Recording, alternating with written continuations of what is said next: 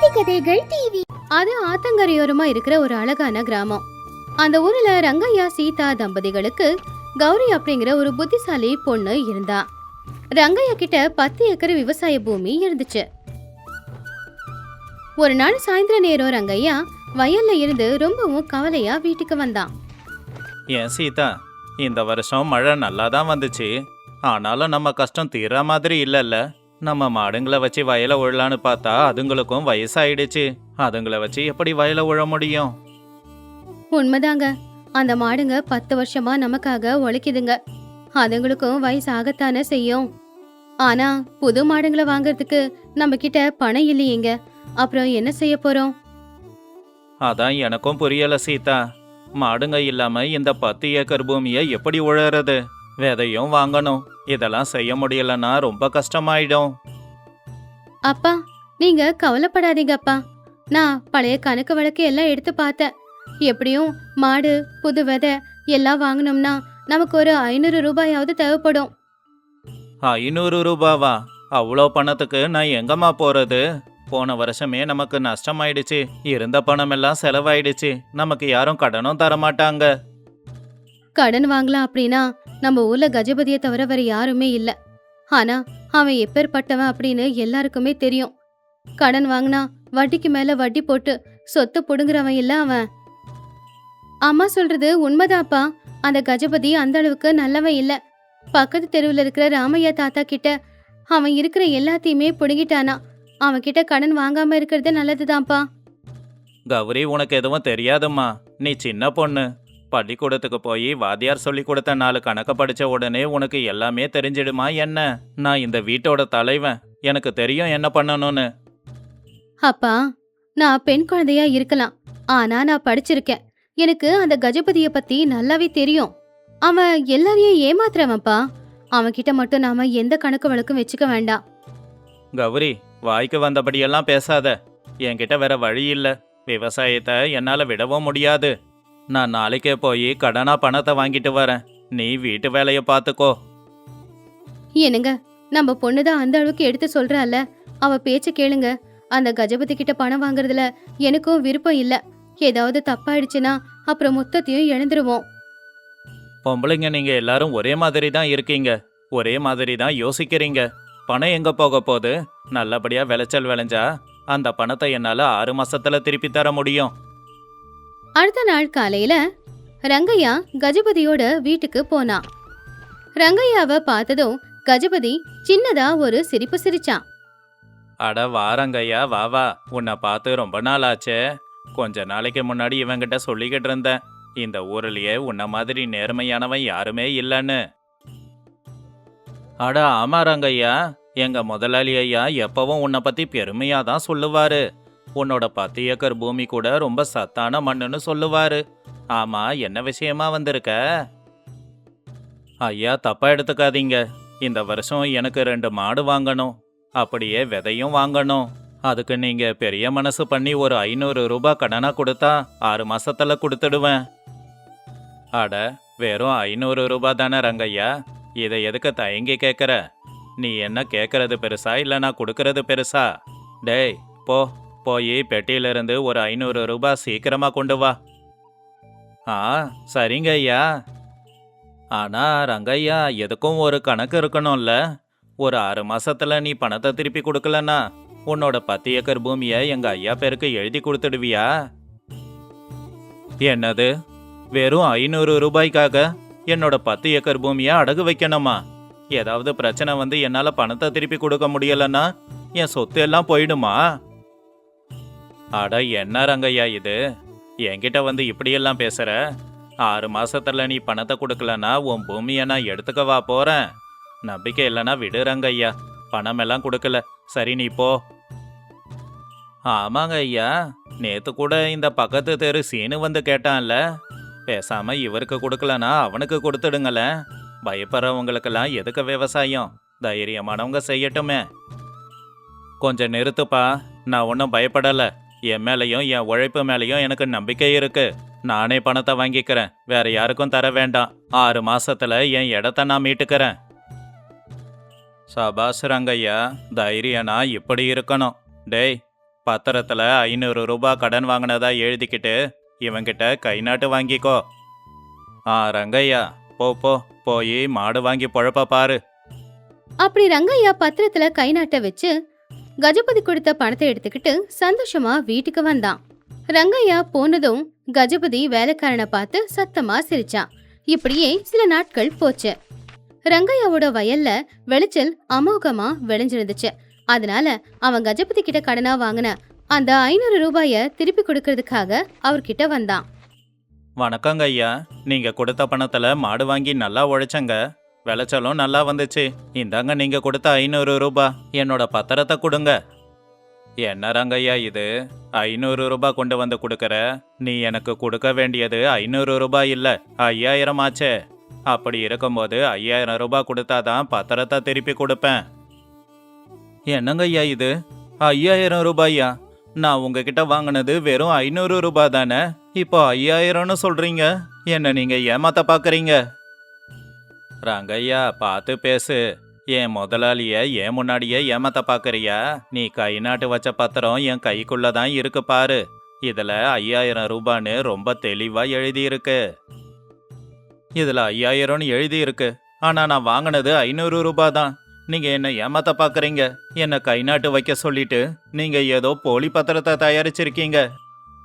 இங்க பாரு ரங்கையா, நான் ஏமாத்தனோ இல்லையோ அது உனக்கும் எனக்கும் மட்டும்தான் தெரியும். பத்திரத்துல 5000 ரூபான்னு எழுதி இருக்கு. அதை கொடுக்க முடியாததால இப்ப உன்னோட பூமி எனக்கு சொந்தம். வேணாங்க ஐயா, இவ்வளோ பெருசா ஏமாத்தாதீங்க. அந்த பூமியை நம்பிதான் நாங்க இருக்கோம். அந்த பூமி இல்லைன்னா நாங்க நடுத்தருவுக்கு தான் வரணும். நான் ஊர் பஞ்சாயத்தை கூட்ட போறேன். நீ பஞ்சாயத்தை கூட்டனா எனக்கு என்ன, கூட்டலனா எனக்கு என்ன? நீ கை நாட்டு வச்ச பத்திரம் என்கிட்ட தான் இருக்கு. இப்ப அந்த பூமி எனக்கு தான் சொந்தம். சீக்கிரமா அந்த பூமியை விட்டுட்டு நீ கிளம்பு. ரங்கையா பொண்ணு சொன்னதை கேட்காம ரொம்ப பெரிய தப்பு பண்ணிட்டோமே அப்படிங்கிற அந்த எண்ணத்தோடவே வீட்டுக்கு வந்தான். ரங்கையா வீட்டுக்கு வந்து திண்ணையிலேயே உட்காந்து கண்ணீர் விட்டு அழ ஆரம்பிச்சான். சீதா கௌரி 2 பேரும் அவர் பக்கத்துல வந்து நின்னப்போ ரங்கையா அழுதுகிட்டே நடந்தது எல்லாத்தையும் சொன்னாரு. ஐயோ கடவுளே, என் புருஷனை எந்த அளவுக்கு அவமானப்படுத்தி அனுப்பியிருக்காங்க. நான் தான் அன்னைக்கே சொன்னல அந்த கஜபதி நல்லவே இல்லைன்னு. இப்ப நம்ம 10 ஏக்கர் பூமியும் போச்சுன்னா நம்ம என்னங்க பண்றது? அம்மா நீ அழாதம்மா. அப்பா நீங்களும் கண்ணை தொடச்சுக்கோங்க. நீங்களே அழுதுகிட்டு உக்காந்தா அப்புறம் நாங்க 2 பேரும் எப்படி தைரியமா இருக்க முடியும்? பத்திரத்துல கை நாட்டு வச்சப்போ அதுல என்ன எழுதிருந்துச்சு அப்படின்னு நீங்க பாத்தீங்களாப்பா? இல்லம்மா கௌரி, அவன் காட்டும்போது அதுல 500 ரூபான்னு தான் எழுதி இருந்துச்சு. அதனால தான் கை நாட்டு போட்டேன். நான் வந்ததுக்கு அப்புறமா தான் அவங்க அதை மாத்தி எழுதி இருக்கணும். நீ சொன்னதை கேட்காம விட்டதுக்கு எனக்கு இப்ப இந்த தண்டனை. அப்பா நீங்க கவலைப்படாதீங்க. நீங்க பாக்கும்போது 500 ரூபான்னு எழுதிருக்குன்னா அப்போ அதுக்கப்புறமா தான் அவங்க மாத்தி எழுதிருக்கணும். மாத்தி எழுதிருந்தா புது மையால தான் எழுதிருக்கணும். ஆனா அதை நிரூபிக்க நம்ம கிட்ட சாட்சி இல்ல. வேற ஏதாவது சாட்சி வேணும். வேற சாட்சி எங்க இருந்துமா வரப்போகுது? அவங்க ஏமாத்துக்காருங்க. அவங்க சாட்சிய விட்டு வைக்க மாட்டாங்களே. எப்படியோ நாளைக்கு வந்து அந்த கஜபதி நம்ம வயலை புடுங்கிடுவான். நாம எல்லாரும் நடுத்தருக்கு தான் வந்தாகணும். அப்படி நடக்க விட மாட்டேம்மா. அவன் யாருங்கிறத நான் எல்லாருக்கும் காட்ட போறேன். அப்பா அந்த கஜபதியால 5000 ரூபாய் கடன் கொடுக்க முடியுமா? அவனுக்கு இந்த ஊர்ல வேற ஏதாவது வியாபாரம் இருக்கா? இல்லம்மா, அவன் அவ்வளோ பெரிய ஆள் இல்ல. பட்டணத்துல இருக்கிற சுப்பையா அப்படிங்கிற வியாபாரி கிட்ட பணம் வாங்கிட்டு வந்துதான் இங்க வட்டிக்கு விடுறான். அவன்கிட்ட அவ்வளோ பணம் இருக்க வாய்ப்பு இல்ல. இதுதாப்பா நமக்கு தேவையான உண்மை. அவன் கடன் வாங்கிட்டு வர அந்த சுப்பையா எப்படிப்பட்ட மனுஷன்? அவரு நேர்மையானவரா? நாம உதவின்னு கேட்டா நமக்கு ஏதாவது உதவி செய்வாரா? சுப்பையா பெரிய மனுஷமா, அதே சமயம் நேர்மையானவரு. ஆனா அவரு பட்டணத்துல இருக்காரு. நான் ஒரு சாதாரண விவசாயி. எனக்காக இங்க வருவாரா? நியாயம் எங்க இருக்கோ அங்க நல்லது நடக்கும்பா. நான் இப்பவே பட்டணத்துக்கு கிளம்புறேன். சுப்பையாவை பாக்குறேன். நடந்தது எல்லாத்தையுமே சொல்றேன். கடவுளோட கருணை நம்ம மேல இருந்தா அவர் நிச்சயமா நமக்கு உதவி செய்வாரு அப்படின்னு சொல்லி அன்னைக்கே கௌரி வண்டியை கட்டிக்கிட்டு பட்டணத்துக்கு கிளம்புனா. சுப்பையாவை சந்திச்சு அவங்க அப்பாவுக்கு நடந்த அநியாயம், இப்ப அவங்க மாட்டிக்கிட்டு இருக்கிற பிரச்சனை எல்லாத்தையுமே அவர்கிட்ட சொன்னான். ஐயா, எங்க அப்பா ரொம்ப நேர்மையானவரு. அந்த கஜபதி எங்க அப்பா கிட்ட இருக்கிற 10 ஏக்கர் பூமியை வாங்குறதுக்காக கொடுத்த 500 ரூபாய் கடனை 5000ன்னு சொல்றான். தயவு செஞ்சு நீங்க தான் சாட்சி சொல்லணும். அம்மாடி, உன் தைரியத்தை பார்க்கும்போது எனக்கு ரொம்ப ஆச்சரியமா இருக்கு. அந்த கஜபதி என்கிட்ட வாங்கினது 500 ரூபாய் மட்டும்தான். 5000 ரூபாய்லாம் அவனால கொடுக்க முடியாது. என்னோட கணக்கு புத்தகத்தை எடுத்துக்கிட்டு நான் நாளைக்கே உங்க ஊருக்கு வரேன். அடுத்த நாள் காலையில கிருஷ்ணாபுரம் ஊருக்கு மத்தியில இருக்கிற பஞ்சாயத்துல ஜனங்க எல்லாரும் கூட்டமா நின்னுக்கிட்டு இருந்தாங்க. ஊரோட தலைவர் உட்காந்துக்கிட்டு இருந்தாரு. ஒரு பக்கம் ரங்கையாவும் சீதாவும் நின்னுக்கிட்டு இருந்தாங்க. இன்னொரு பக்கம் கஜபதி திமிரா நின்னுக்கிட்டு இருந்தான். ஐயா, இந்த ரங்கையா என்கிட்ட 5000 ரூபாய் பணத்தை கடனா வாங்கினான். அவன் 6 மாசத்துல திருப்பி கொடுக்கலன்னா அவனோட 10 ஏக்கர் பூமி எனக்கு சொந்தம்னு பத்திரத்துல கைநாட்டு போட்டிருக்கான். அந்த பத்திரம் என்கிட்ட இருக்கு. என்ன ரங்கையா, கஜபதி சொல்றதெல்லாம் உண்மைதானா? இவங்கிட்ட நீ 5000 ரூபாய் கடன் வாங்கினதா பத்திரத்துல கைநாட்டு போட்டு கொடுத்துருக்கியா, இல்ல இங்க வந்து பொய் சொல்றானா? நான் கைநாட்டு போட்டதெல்லாம் உண்மைதாங்க ஐயா. ஆனா இவங்க பொய் சொல்றாங்க. என் கையில 500 ரூபாயை வச்சுட்டு அந்த பத்திரத்துல 500 ரூபான்னு எழுதிட்டு அதுக்கப்புறமா அதை 5000-ஆ மாத்தி இருக்காங்க. பாத்தீங்களா ஐயா, அநியாயமா எங்களை அவன் ஏமாத்த பாக்கறான். பணம் வாங்கினது அவன்தான்னு சொல்ல எங்க கிட்ட ஆதாரமா பத்திரம் இருக்கு. ஆனா இப்ப அவன் சொல்றதுக்கு என்ன ஆதாரத்தை வச்சிருக்கான்? அவன் எங்களை ஏமாத்த பாக்குறாங்க ஐயா. அப்பதான் கௌரி கூட்டத்திலிருந்து முன்னாடி வந்து நின்னா. சாட்சி என்கிட்ட இருக்குங்க. நீங்க எங்க அப்பாவை எப்படி ஏமாத்துறீங்கன்னு என்னால நிரூபிக்க முடியும். ஐயா, எனக்கு பேச அனுமதி கொடுங்க. எங்க அப்பாவோட சார்பா இன்னைக்கு நான் தான் பேச போறேன். நீ யாருமா குறுக்குல வந்து பேசுறதுக்கு? நீ ஒரு சாதாரண பொண்ணு. வீட்டுக்கு போய் வீட்டு வேலை சமையல் வேலை எல்லாத்தையும் பாரு. அதை விட்டுட்டு ஊரு ஜனங்க முன்னாடி குறுக்குல வந்து மூக்க நுழைக்காத. ஐயா, இந்த சின்ன பொண்ணை இங்கிருந்து போக சொல்லுங்க ஐயா. இது ஆம்பளைங்களோட விவகாரமாவே இருக்கலாம். ஆனா இங்க ஏமாந்து நிக்கிறது என்ன பெத்த என்னுடைய அப்பா. அவரு ஏமாறத பாத்துக்கிட்டு நான் அமைதியா இருக்க முடியாதுல. நான் அவருடைய பொண்ணு. அதனால எனக்கு பேச இங்க உரிமை இருக்கு. கௌரி, நீ படிச்ச பொண்ணு. அதோட தைரியமான புத்திசாலி பொண்ணுன்னும் தெரியும். இந்த சபையில பேச உனக்கு ஒரு வாய்ப்பு கொடுக்கறம்மா. நீ என்ன சொல்ல வந்தியோ அதை சொல்லு. கஜபதி ஐயா, எங்க அப்பாவுக்கு நீங்க 5000 ரூபாய் கடன் கொடுத்ததா பத்திரத்துல எழுதிருக்கு. ஆனா அந்த அளவுக்கு பணம் உங்ககிட்ட இருக்குங்களா? ஏன்னா உங்களுக்கு இருக்கிற ஒரே ஒரு வீடே அடகுல இருக்குன்னு கேள்விப்பட்டேன். என்கிட்ட பணம் இல்லாம இருக்குமா? நான் பெரிய வட்டி வியாபாரி. என்னோட பெட்டியில 10,000 ரூபாய் எப்பவும் இருந்துகிட்டே இருக்கும். நான் யாருக்கிட்டையும் கடன் வாங்குறதில்ல. நான் தான் கடன் கொடுக்கறேன். இது பச்சை பொய்ங்கய்யா. இவரு பட்டணத்துல இருக்கிற சுப்பையா கிட்ட தான் பணத்தை வாங்கிட்டு வந்து ஊர்ல வட்டிக்கு விட்டுக்கிட்டு இருக்காரு. அந்த சுப்பையா கிட்ட பணத்தை வாங்கிட்டு வந்துதான் எங்க அப்பாவுக்கே இவரு கடன் கொடுத்திருக்காரு. அந்த பொண்ணு பொய் சொல்றாங்க ஐயா. அந்த பொண்ணுக்கு என்ன தெரியும்? சுப்பையா பட்டணத்துல பெரிய வியாபாரி. அவருக்கும் நம்ம ஊருக்கும் என்னங்க ஐயா சம்பந்தம்? அவர் பாட்டுக்குன்னு அங்க இருக்காரு. யார் பொய் சொல்றாங்கன்னு இப்ப எல்லாருக்கும் தெரியும் பாருங்க. நான் நேராவே சுப்பையாவை சபைக்கு கூட்டிக்கிட்டு வந்திருக்கேன். ஐயா, தயவு செஞ்சு முன்னாடி வந்து எல்லாருக்கும் உண்மையை சொல்லுங்க ஐயா. சுப்பையா கையில ஒரு கணக்கு புத்தகத்தை எடுத்துட்டு பஞ்சாயத்துக்கு நடுவுல வந்து நின்னாரு. கஜபதி அவரை பார்த்து ரொம்ப ஆச்சரியப்பட்டான். ஐயா கும்பிடுறாங்க. என்னோட பேரு கஜபதி. இந்த சுப்பையா சரியான ஏமாத்தக்காரன். 5000 ரூபாய் கடன் கொடுக்கற அளவுக்கு இவனுக்கு தகுதி இல்ல. 6 மாசத்துக்கு முன்னாடி இவன் என்கிட்ட வாங்கினது 500 ரூபாய் தான். இந்தாங்க சாட்சி. என்ன கஜபதி, சுப்பையா சொல்றது உண்மைதானா? ஏன் முன்னாடியே நாடகம் ஆடிக்கிட்டு இருக்க? அது மட்டும் இல்லைங்க ஐயா, இவன் எத்தனையோ ஏழைங்களை இப்படிதான் ஏமாத்தறான். ஒரு பணத்தை கொடுத்துட்டு அதுக்கப்புறம் பத்திரத்துல வேற ஒரு தொகையை எழுதுறான். ஐயா, நம்ம வண்டவாளத்தை எல்லாம் தண்டவாளத்துல ஏத்திட்டாரு இந்த சுப்பையா. இவர் வருவாருன்னு நாம எதிர்பார்க்கல. வாங்க ஐயா, ஓடி போயிடலாம். ஐயா, என்ன மன்னிச்சிடுங்க. ஏதோ பணம் சம்பாதிக்கிற ஆசையில இப்படி பண்ணிட்டேன். ரங்கையா எனக்கு தர வேண்டிய 500 ரூபாய கொடுத்துட்டான். கடன் தீர்ந்து போச்சு. பத்திரத்தை நான் கொடுக்கறேங்க ஐயா. அதுக்குன்னு உன்னை சும்மா விட முடியாது கஜபதி. உன்னால ஊருக்காரங்க எல்லாருமே பாதிக்கப்பட்டிருக்காங்க. உன்னோட சொத்து எல்லாத்தையும் நான் ஜப்தி பண்ணி அதை பிரிச்சு பாதிக்கப்பட்ட ஊருக்காரங்க எல்லாருக்கும் நான் கொடுக்க போறேன். உடனே இவங்க 2 பேரையும் ஊரை விட்டு வெளியில துரத்துங்கடா. தலைவர் தீர்ப்பு கொடுத்ததுக்கு அப்புறமா கஜபதி ஊரை விட்டே வெளியில போயிட்டான். ரங்கையோட 10 ஏக்கர் பூமி அவனுக்கே கிடைச்சது. பஞ்சாயத்து முடிஞ்சு எல்லாரும் வீட்டுக்கு வந்தாங்க. அம்மாடி கௌரி, இந்த அப்பாவை மன்னிச்சிடுமா. நீ ஒரு பொண்ணு, அதனால உனக்கு பேச எந்த தகுதியும் இல்லைன்னு நான் சொன்னேன். ஆனா நீ மட்டும் இன்னைக்கு வாயை திறந்து பேசாம இருந்திருந்தா நம்ம சொத்து நம்மள விட்டு போயிருக்கோம். அப்பா, நீங்க எதை நினைச்சும் கவலைப்படாதீங்கப்பா. நம்ம குடும்பத்துக்காக தானே நீங்க அந்த கஜபதி கிட்ட கடனை வாங்குனீங்க. தப்பு பண்ணாலும் சரியப்பா, நீங்க பண்ணது நம்ம குடும்பத்துக்காக. உங்களுக்கு ஒரு பிரச்சனை வரும்போது உங்களுக்கு துணையா நாங்க நின்னுதானே ஆகணும். இருக்கலாமா, ஆனா நீ இல்லனா இன்னைக்கு நம்ம வாழ்க்கை என்ன ஆயிருக்குமோ. ஆம்பளை பிள்ளைங்களை பெத்துக்கிறதுக்கு காரணமே அவங்க அப்பா அம்மாவுக்கு கடைசி காலத்துல துணையா இருப்பாங்கன்னு தான். பொண்ணுங்க கல்யாணம் பண்ணிட்டு போயிடுவாங்கன்னு தான். ஆனா உன்ன மாதிரி பொண்ணுங்களும் இந்த நாட்டுல இருக்கத்தான் செய்றாங்க. உண்மைதான் சீதா. ஆம்பளை புள்ள பிறந்தா பெத்தவங்கலாம் சந்தோஷப்படுறாங்க.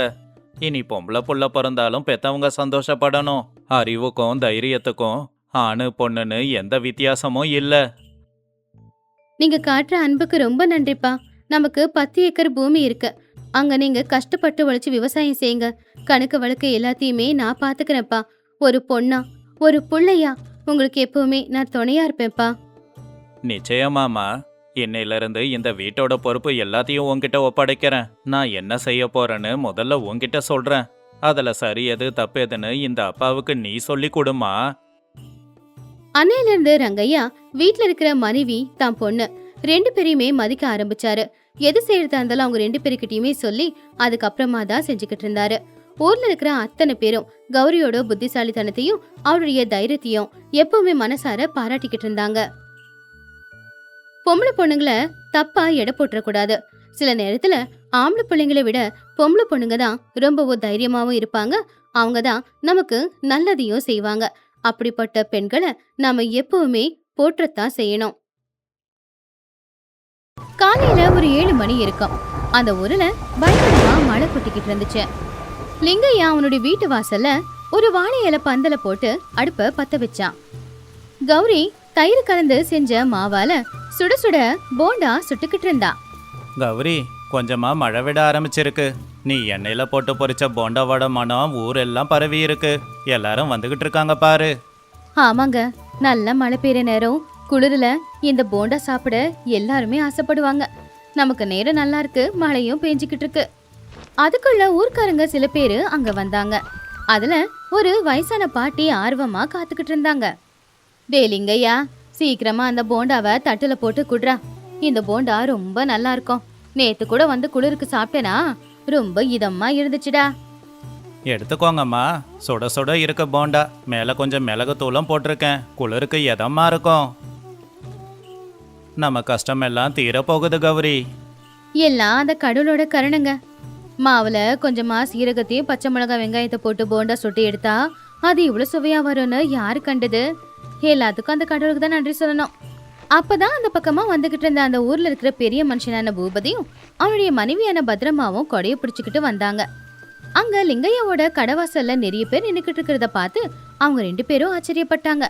அவங்களுக்கும் அந்த ஊர்ல ஒரு மளிகை கடை இருக்கு. அந்த மளிகை கடையில அந்த அளவுக்கு வியாபாரமும் நடக்காது. பூபதி அதை பார்த்து கொஞ்சம் பொறாமையோட, என்ன பத்திரமா இது? காலையில இருந்து கடையை திறந்து வச்சிருக்கேன். ஆனா என் மளிகை கடைக்கு யாரும் வரல. எல்லாரும் இந்த போண்டா கடைக்கு முன்னாடி மட்டும் எதுக்கு உக்காந்துகிட்டு இருக்காங்க?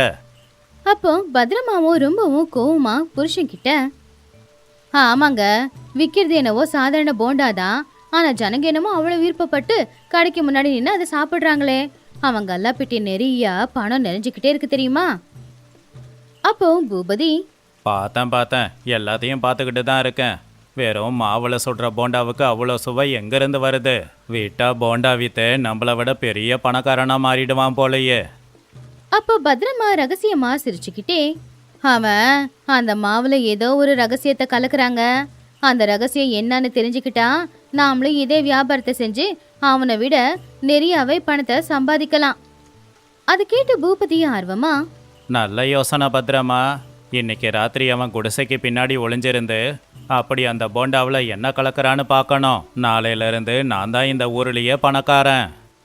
ராத்திரி 8 மணி இருக்கும். மழை கொஞ்சமா குறைஞ்சி இப்போ தூரல் தான் விழுந்துகிட்டு இருந்துச்சு. அப்போ லிங்கையோட வீட்டுக்கு வெளியில நின்னு பூபதியும் பத்ரமாவும் உள்ள என்ன நடக்குது அப்படின்னு பாத்துக்கிட்டு இருந்தாங்க. பாவம் அவங்க 2 பேருக்கும் கொசு வேற கடிச்சுக்கிட்டு இருந்துச்சு. பத்திரமா, மழையில இங்க நின்றுக்கிட்டு இருந்தா தவளையெல்லாம் கத்துது, காலில் கொசு கடிக்குது. உள்ள என்ன நடக்குதுன்னு பாரு. கத்தாதீங்க, உள்ள 2 பேரும் வேலை பாக்குறாங்க இல்ல, அவங்க என்ன ரகசியம் பண்றாங்கன்னு நமக்கு தெரிய வேண்டாம். கத்தி வெளியில வந்துட்டாங்கன்னா அமைதியா நின்னு என்ன பண்றாங்கன்றத கவனிங்க. உள்ள கௌரி நாளைக்கு தேவையான மாவை கலந்துகிட்டு இருந்தா. கடலை மாவுல உப்பு, காரம், சீரகம் இது எல்லாத்தையும் போட்டு கொஞ்சம் தயிரையும் ஊத்தி கலந்தா. அதுக்கப்புறம் நாளைக்கு தலைக்கு குளிக்கிறதுக்கு சோப்பு காய தண்ணியில ஊற வச்சு அந்த பானையை கொண்டு போய் ஜன்னலுக்கு பக்கத்துல இருக்கிற ஒரு பலகை மேல வச்சா. அந்த தண்ணியும் பாக்குறதுக்கு வெள்ளையா இருந்துச்சு. பத்திரமா அது எல்லாத்தையும் பார்த்து, ஏங்க அங்க பாருங்க, அந்த கௌரி பத்திரமா அவ கலந்த மாவை கொண்டு வந்து ஜன்னலுக்கு பக்கத்துல பலகையில வச்சிருக்கா. இன்னைக்கு ராத்திரி நாம அந்த பானையை எப்படியாவது திருடியாகணும். அதை கேட்டு பூபதி ஆர்வமா, அடடா, அப்ப அவங்க போண்டாவோட ரகசியம் அந்த கருப்பு பானையில தான் இருக்கா? அந்த பானையை திருடிட்டா அதுக்கப்புறம் நாம செஞ்சு கொடுக்கறது தான் சுவையான போண்டா. ஆமாங்க, அந்த மாவை வச்சு நாளைக்கு நாமளும் இதே மாதிரி சுட சுட போண்டா சுட்டு கொடுத்து கல்லா பெட்டிய நிறைச்சுக்கணுங்க. இனிமே இவங்க அந்த வியாபாரம் செய்யக்கூடாது. நாம செஞ்சு கை நிறைய பணம் சம்பாதிச்சு மாடி வீடு கட்டணுங்க. பூபதியும் பத்திரமாவும் சரி அப்படின்னு மனசுல நினைச்சுக்கிட்டு அங்கிருந்து அவங்க வீட்டுக்கு போயிட்டாங்க.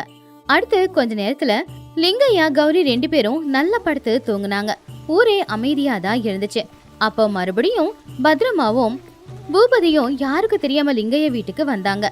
லிங்கைய வீட்டு ஜன்னல் பக்கத்துல நின்னுக்கிட்டு, அடடா, அவங்க 2 பேரும் நல்லா தூங்குறாங்க.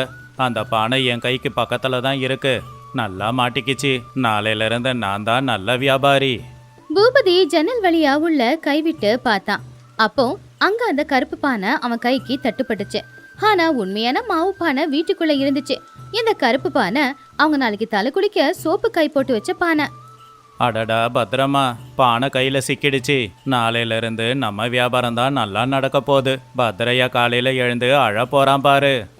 அதை கேட்டு பத்திரமா ரொம்பவும் சந்தோஷமா கைய தட்டி, ஆஹாஹா, புத்திசாலி புருஷன் என் புருஷன், சீக்கிரமா அந்த பானைய வெளியில இடுங்க. இன்னைக்கு இந்த பானையை கொண்டு போய் வீட்டுல வச்சு மாவு தயார் பண்ணி நாளைக்கு போண்டா சுட்டு கொடுக்கணும்ல. அப்படி அந்த 2 பேரும் சோப்பு காய் ஊற வச்சிருந்த அந்த பானையை தூக்கிக்கிட்டு வீட்டுக்கு போயிட்டாங்க. அடுத்த நாள் காலையில மறுபடியும் மழை பெஞ்சுக்கிட்டே இருந்துச்சு. பூபதி அவன் வீட்டுக்கு முன்னாடி ஒரு பந்தலை போட்டான். அந்த பந்தலுக்கு கீழே ஒரு அடுப்பு பத்த வச்சு அங்க ஒரு போர்டையும் போட்டு வச்சாங்க. பூபதியோட சுட சுட போண்டா பஜ்ஜி வியாபாரம்னு. வாங்கய்யா வாங்க, அந்த லிங்கையா கடையில கிடைக்கிறத விட சுவையான போண்டா என் கடையில தான் கிடைக்கும். ஒரு தடவை சாப்பிட்டீங்கன்னா வாழ்க்கையில மறக்க மாட்டீங்க. அடுப்புல பத்திரமா எண்ணெய் ஊத்தி ஒரு கடாயை கொண்டு வந்து வச்சாங்க. பக்கத்துல மாவை அவங்க கலந்துகிட்டு இருந்தாங்க. ஏங்க, மாவு தயாராயிடுச்சு. ராத்திரி நாம கொண்டு வந்தோமே இந்த தண்ணி, இத ஊத்தி கலந்தா அவங்க சுடுறதை விடவே சுவையான போண்டா சுடுவோன்னு நினைக்கிறேன். சரியா சொல்லியிருக்க. அந்த நுரையால தான் அவன் சுடுற போண்டா எல்லாம் மெத்து மெத்துன்னு வருது போல. சரி சரி, சீக்கிரமா போண்டா எல்லாத்தையும் சுட்டு எடு. அங்க பாரு, கஸ்டமர் எல்லாம் வராங்க. பத்திரமா அந்த சோப்பு தண்ணி கலந்த அந்த மாவை உருட்டி எண்ணெயில போட்டு பொரிச்சாங்க. அது போட்ட உடனே அதுல இருந்து ஒரு பயங்கரமான மனம் வந்துச்சு. பாத்தீங்களாங்க, போண்டா எப்படி புசு புசுன்னு வருதுன்னு. வாசம் ஏதோ கொஞ்சம் கசப்பா இருக்கிற மாதிரி தான் இருக்கு. ஆனா இந்த போண்டா நல்லா மெத்து மெத்துன்னு இருக்கும் போல. நல்லது நல்லது, பெருசு பெருசா வந்தா இன்னும் நிறைய காசு வாங்கலாம். முதல்ல சுட சுட எடுத்து தட்டுல போடு. கஸ்டமர் எல்லாரும் வந்து சாப்பிட்றதுக்கு முன்னாடி நாம 2 பேரும் 4 பிச்சி போட்டுக்கலாம். அப்பதானே சந்தோஷமா இருக்கும். பத்ரமா தட்டு நிறைய அந்த போண்டாவை சுட்டு எடுத்துக்கிட்டு வந்தா. பத்ரமாவும் பூபதியும் ஆசையா ஒவ்வொரு போண்டாவை எடுத்து சாப்பிட ஆரம்பிச்சாங்க. இத ஊஜனுங்க எல்லாரும் வேடிக்கை பார்த்துக்கிட்டு இருந்தாங்க. அட, என்ன பத்திரமா இது? இந்த போண்டால உப்பே இல்லையே, கசப்பா வேற இருக்கு. இத சாப்பிடவே முடியல. அப்ப பத்ரமாவுக்கும் நாக்கெல்லாம் விறுவிறுன்னு சொல்லுச்சு. ஆமாங்க, என் நாக்கும் விறுவிறுங்குது, கசப்பா இருக்கு. நாம சுட்டது போண்டாவா இல்ல சோப்பு போண்டாவா? ஏதாவது தப்பு நடந்திருக்குமோ அப்படின்னு அவங்க பேசிக்கிட்டு இருக்கும்போது திடீர்னு அவங்க வாயில இருந்து நொர நொறையா வந்துச்சு. அப்படியே முட்டை முட்டியா வந்து அவங்க முன்னாடியே உடஞ்சி போய்கிட்டு இருந்துச்சு.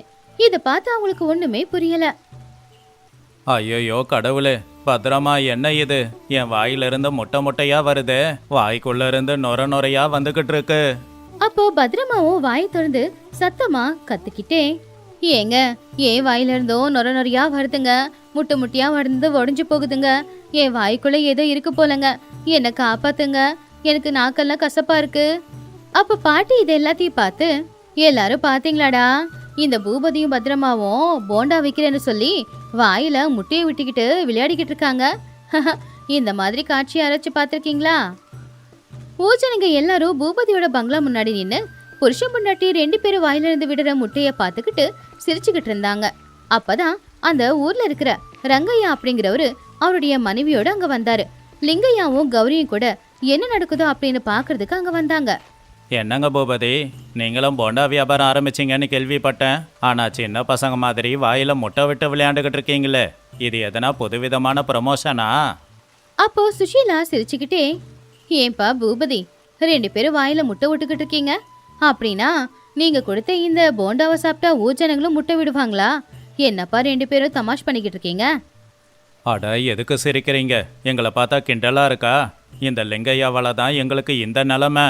இவன் தான் இந்த மாதிரி ஏதோ ஒன்று கலந்து ஜனங்களை ஏமாத்திக்கிட்டு இருக்கான். அதை கேட்டு லிங்கையா ஆச்சரியமா, என்னங்கய்யா இது, நடுவில் என்ன எதுக்கு இழுக்கிறீங்க? இதுக்கும் எனக்கும் என்ன சம்பந்தம்? உங்கள் வாயில் நுரவறதுக்கு நான் காரணமா? என்ன சொல்ல வரீங்க? பொய் சொல்லாத லிங்கையா. நேத்து ராத்திரி ஜன்னல் பக்கமா நீங்க ஒளிச்சு வச்சிருந்தீங்களே அந்த ரகசிய தண்ணி, அந்த தண்ணியை கொண்டு வந்துதான் இந்த போண்டாவை சுட்டோம். அதனாலதான் இப்படி முட்டை முட்டையா வருது. ஐயோ, என்ன சொல்றீங்க? எங்க வீட்டுல ஜன்னலுக்கு பக்கத்துல வச்சிருந்த தண்ணி நீங்க தான் எடுத்தீங்களா? ஐயோ, அது தலை குளிக்கிறதுக்காக சோப்பு காய போட்டு ஊற வச்சது, அதுலயா போண்டா சுட்டீங்க அப்படின்னு சொன்னதும் பூபதி பத்திரமா 2 பேரும் வாய பழந்தாங்க. அவங்க ஊஜனங்க முன்னாடி அவமானப்பட்டு நின்னு ஆச்சரியமாவும் நின்னாங்க. பார்த்தீங்களா பூபதி, மற்றவங்க வளர்ச்சியை பார்த்து பொறாமப்பட்டா கடைசியில் வாயிலிருந்து நுர தான் தள்ளும் போல. மற்றவங்களோட சொத்து உங்கள் வாய்க்கு கசப்பாக தானே இருக்கும். இங்க பாருங்க பூபதி, மத்தவங்க கஷ்டத்தை பார்த்து ஐயோப்பா அவ கஷ்டப்படுறாங்கன்னு நினைக்கலனாலும் பரவாயில்ல. அவங்க கஷ்டத்தை திருடி நாம நம்ம சுயலாபத்தை சம்பாதிக்கணும்னு நினைக்கிறது தப்பு.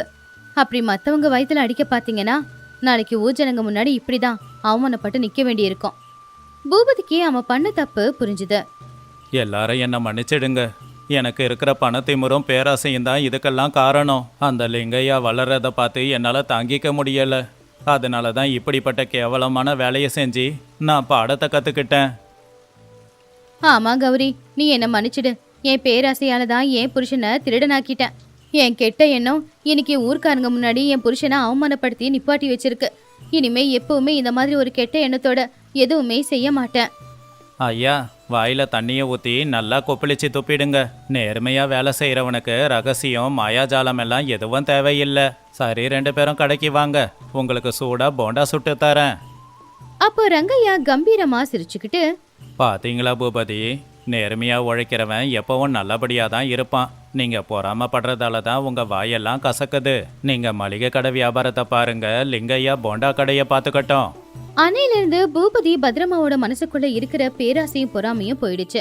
அவங்க 2 பேரும் நேர்மையா அவங்களுடைய மளிகை கடை வியாபாரத்தை செஞ்சுக்கிட்டு இருந்தாங்க. இன்னொரு பக்கம் லிங்கையா கௌரி 2 பேரும் எப்பவும் போலவே நேர்மையா அவங்களுடைய போண்டா வியாபாரத்தை செஞ்சுக்கிட்டு இருந்தாங்க.